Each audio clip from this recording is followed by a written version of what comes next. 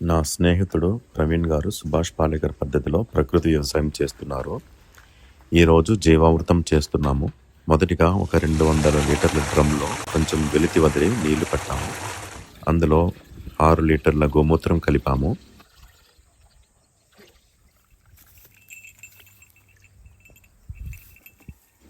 ఈరోజే వేసిన 10 కిలోల ఆవు పేడ ఉండలు లేకుండా కలిపి ఇది కూడా కలిపాము.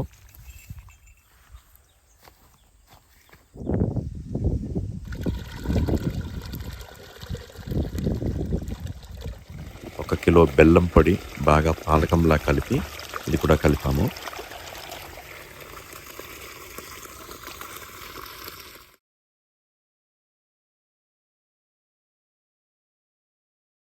తర్వాత ఏదైనా ద్విదళ పప్పు గింజల పిండి ఉండలు లేకుండా కలిపి డ్రమ్లో వేయాలి. మేము ఉలవలు వాడాము.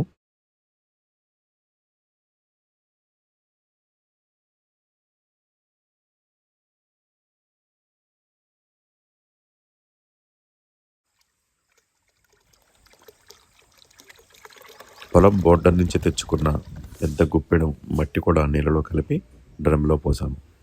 ఇప్పుడు ఒక కట్టె కర్ర తీసుకుని సవ్య దిశలో 2 నిమిషాలు తిప్పాలి.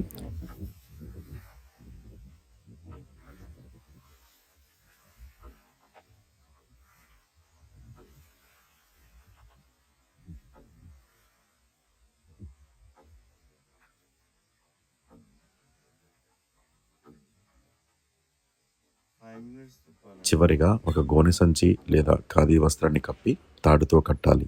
7 నుంచి 12 రోజులు ఉంచవచ్చు.